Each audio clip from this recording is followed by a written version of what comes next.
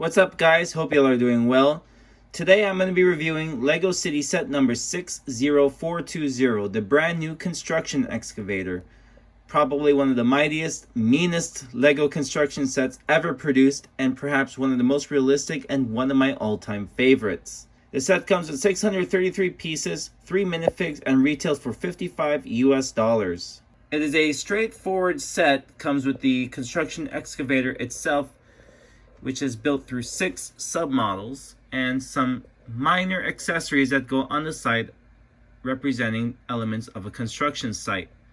So you will see the use of miscellaneous bricks, slopes, and curved slopes, which one of them is actually a relatively new element. I'm surprised they included it in this set. A couple of construction barriers, and of course the vehicle itself. What sets this excavator apart from the previous models in the construction lines throughout the years is one, the higher level of complexity of the build itself, especially when you consider that a lot of smaller pieces, snot techniques, and whatnot are used. The use of the flame yellowish orange, which in many cases is more appropriate for construction vehicles, especially in the United States. And just the overall fun and amusement of the parts usage, among other things. And its visual realism. Like, this is the most realistic looking excavator with what I believe is prototypical ranges of motion that you'll see in any LEGO City. Now, what's actually surprising about this set is that there are some nice pieces contained within this that qualify this in part as a parts pack. The parts that are used in the general construction of the excavator are pretty nice and palatable to adult fans of LEGO. And we get a few dark orange bricks that are actually hidden from view. So it's nice that they chose dark orange instead of any other color. And on top of that, you get 3 masonry bricks in dark orange, which will probably be purposed better than just doing a construction site. Flame yellowish orange as opposed to yellow was a nice choice. Like I said earlier, it is very realistic and more reflective of the correct construction vehicles, but also better to have a unique zippy color as opposed to just standard LEGO yellow, which means that a lot of parts are actually first of its kind, for me anyway, in this color.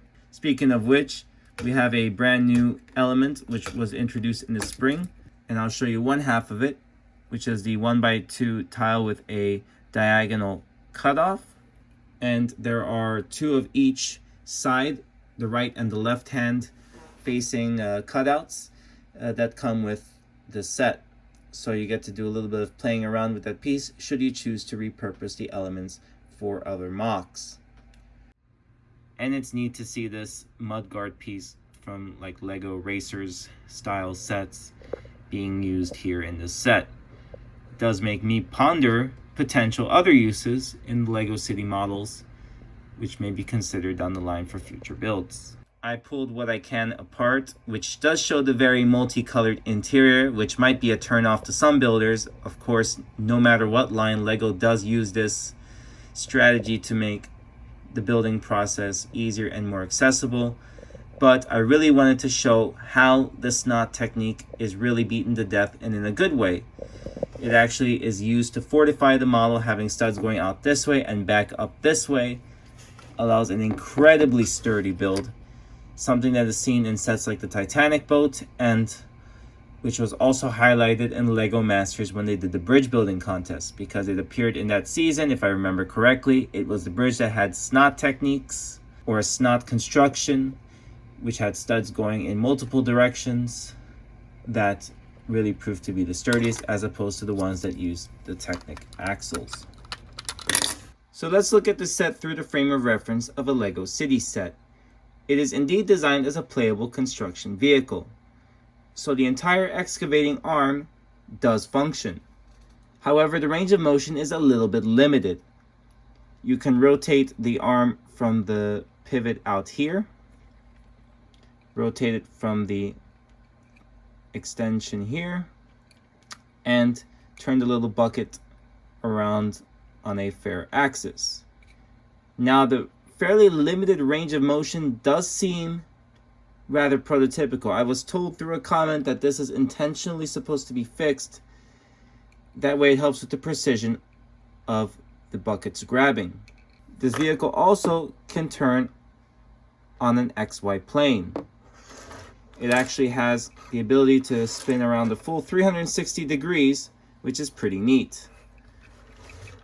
And that being said, it appears that this bottom tread mechanism is actually designed symmetrically so that you can turn around on any axis and it'll look exactly the same.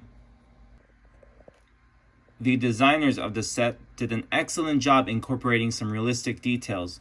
Looks like an exhaust stack there, some extra grills here, and a nice little hidden engine compartment located here.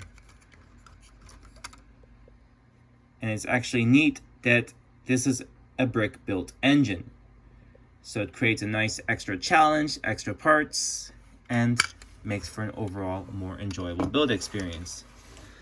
The other side is a little bit more plain, although you can see access to the engine compartment that is designed for minifigs, albeit slightly abstract. And you can see the lift arm much more closely with cable details shown here, which is pretty realistic. Now, the only downside is the bucket is one piece, but that's not horribly too bad in the scheme of things. The functionality of all the extension and retraction of the excavating arm are made courtesy of a familiar lift arm element here, which is produced in black in the set, and a new modified axle which goes hand in hand with this. In city sets like previous fire trucks, you would see a 1x8 axle with stopper, but this is a part that serves a different purpose. That instead of having a stopper and then forcing you to attach this to something else on a different plane, at least you get to attach this to a Technic pin on this orthogonal plane here. So it creates new possibilities when designing vehicles that are meant to extend and retract. You can see uses of it on the bucket, on this arm joint here, and doubled up here near the cab.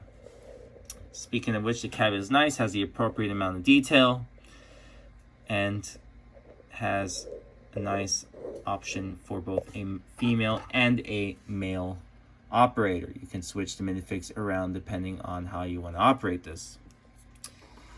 I will also note from an element perspective that the color of the vests, actually of the jackets rather, is the new reddish orange, which is a neat little touch. Not sure if I can say this is more prototypical, but I have seen, especially when they're a little bit weathered by the actual wear and tear when on the job, reddish orange is an appropriate color to carry this out. And another touch is the use of the previous ice cream shop set from, I believe, last year as the blueprints that are modeled in this set.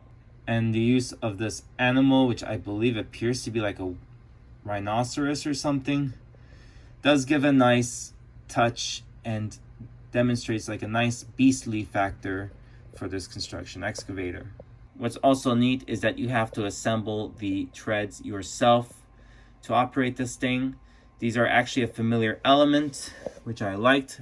I remember them from the jungle cutter in the Indiana Jones line. However, I noticed that the plastic used to make these particularly is softer, so the sturdiness is a little bit compromised, so that's a bit of a downside from what I've remembered building in the past. You get 82 of these, and it appeared I had 3 extra, which is pretty interesting. These elements can also be used for, say, conveyor belts, horizontal escalators, and other purposes. A ball joint is used to make this rotating mechanism. However, the range of motion of this is limited to an XY rotation, so you cannot rotate about a vertical Z axis. So try to spin it around this way, and you get a little bit of a nudge, but nothing more. Let's do a little bit of a play demo of the functions of this excavator. So we'll scoop up these elements, kind of have to force it a little bit since we don't have soft ground. Lift the thing. Oh, it's already falling. Whoops, I forgot to close the bucket here. So let's try again. Now close the bucket. Carry it up. Rotate it, which, yeah, it's a little bit of a snug rotation.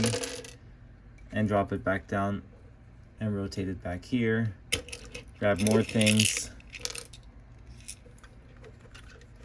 And I keep forgetting that I grab the treads when lifting, and then we drop.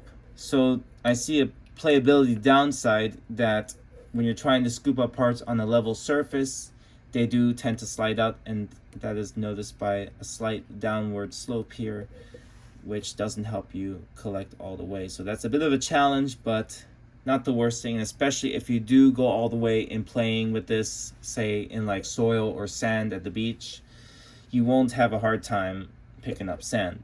So that's all good there.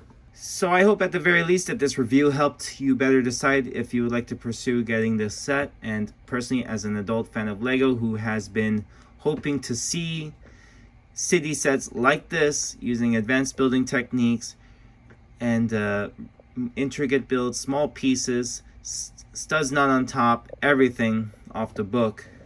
I was very impressed with the build experience, and I feel like as you build a set, you will truly enjoy it. So this is actually something that's adult fan of Lego caliber, and they are making it accessible to younger builders, which is excellent. Get them started young, as we say.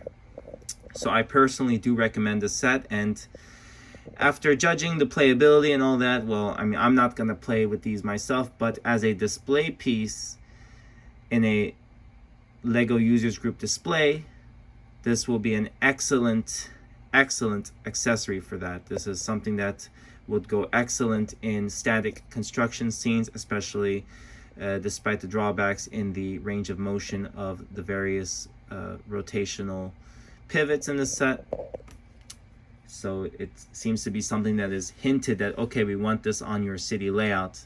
No need to actually play with it and get down and dirty with it, but at least put it on a nice city construction site. So it's like it's hinting that a little bit. But definitely for adult fans of Lego, teen fans of Lego will enjoy it, and the younger builders might need a little bit of help putting this thing together. A lot of builds are small and may appear to be frustrating for more entering and budding builders, but you will have fun familiarizing with all the techniques and all the pieces. Anyhow, hope you have enjoyed this review, and if you want to share any thoughts, please leave a comment in the comments section. While you're at it, feel free to leave a like and subscribe if you are not already subscribed to Vice City Builder. From HQ, where we'll be building on and where we will be breaking ground for more Lego projects, make sure you stick around for those on my channel. This is TE out.